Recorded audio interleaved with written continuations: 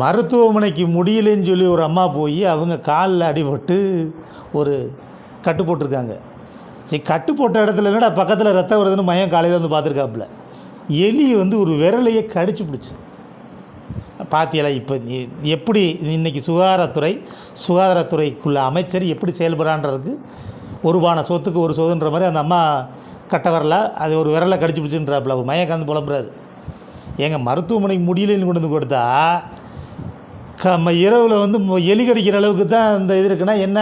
அதை எங்கேயுமே அதை பார்த்தா தானே தெரியும். இன்றைக்கி சுகாதாரத்துறை அமைச்சர் எங்கே இருக்காருன்னா அவர் ஜனநாயகம் படம் பார்த்துக்கிட்டு இருக்கார். இதை பற்றி எல்லோரும் இன்றைக்கி தமிழ்நாட்டில் எல்லா செய்தி இன்றைக்கி எப்படி சொல்கிறது, கோவமே வராதால் எதுக்குமே வாய் திறக்கார முன்னாள் முதலமைச்சர் ஐயா எடப்பாடி பழனிசாமியே அதை கண்டித்து அறிக்கை விட்டுருக்காரு.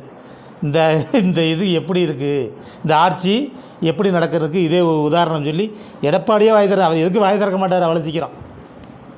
ஏன்னா அவர் அடிமையாக தான் இருப்பார், எதுக்கும் பேச மாட்டார். ஆனால் அவருக்கே கோவம் வந்துருச்சு.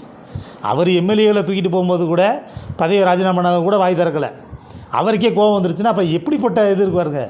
ஏன்னா அவருக்கு என்னென்னா இப்படி நடந்துக்கிட்டு இருக்கும்போது அதுக்குள்ளே துறை அமைச்சர் போய் படம் பார்த்துக்கிட்டு இருக்காருன்னா, சுகாதாரத்துறை அமைச்சர் படம் பார்க்குறாருன்னா அப்புறம் எப்படி சொல்கிறது, தமிழ்நாட்டில் எப்படி ஆட்சி நடத்திக்கிட்டு இருக்கா அவருங்க. தமிழ்நாட்டில் சாபக்கேடு.